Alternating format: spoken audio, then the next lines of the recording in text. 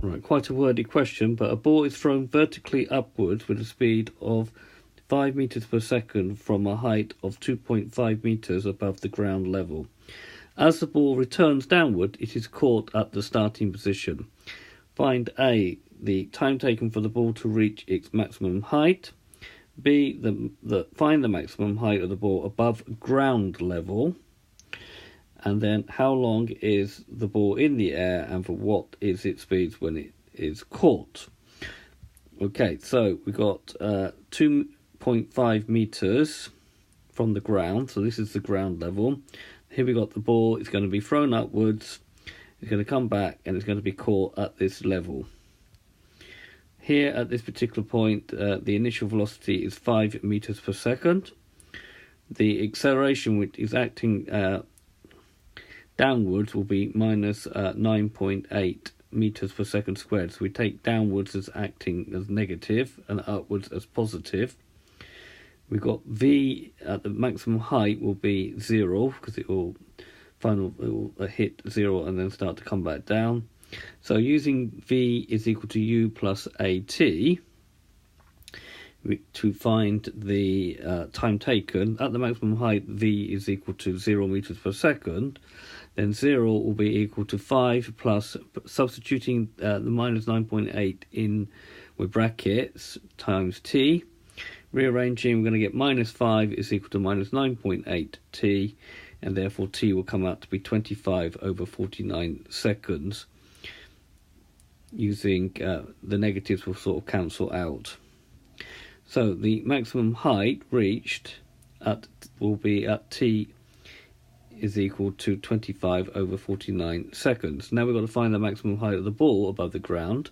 So we've got to find that plus that. So redrawing the diagram very quickly. Using v squared is equal to u squared plus 2as. We're going to have at the maximum height 0 is equal to the initial velocity, which is 5 squared plus 2 times minus 9.8 times s. So we're going to have minus 25, so that comes from 5 squared, and then taking it over here makes it minus 25 is equal to minus 9.8.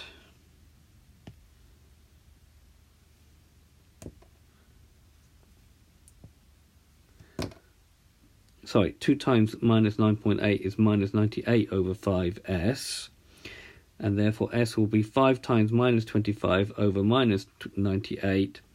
And then we'll get the maximum height being 125 divided by 98 meters. So the height above the ground is equal to, now we have to add 2.5 into this because the question said the height above the ground. So it's 2.5 plus 125 over 98, which would give 3.775. Now normally you should round off to 3 significant figures, so 3.78 meters.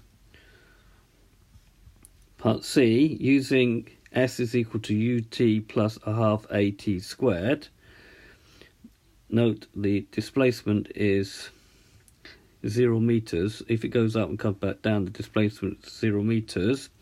So 0 is equal to 5t plus a half times minus 9.8 t squared. So you're going to get it 0 is equal to 5t minus 4.9 t squared. A half times minus 9.8 is minus 4.9. Factorising out of t, you're going to get t, brackets 5 minus 4.9t. So t will be equal to 0, which was actually the initial position when it was thrown up. Or that t is 5 over 4.9, which is 50 over 49 seconds. But you could have also got that by multiplying your answer to part A by 2. But this quite nicely gives out the two values of t when the displacement is equal to 0. Okay, so this has been a video to show you to find the time taken of the ball to reach a maximum height, the maximum height of a ball above ground level, and how long the ball is in the air for a ball thrown vertically upwards. I hope you've understood, and I thank you very much for watching.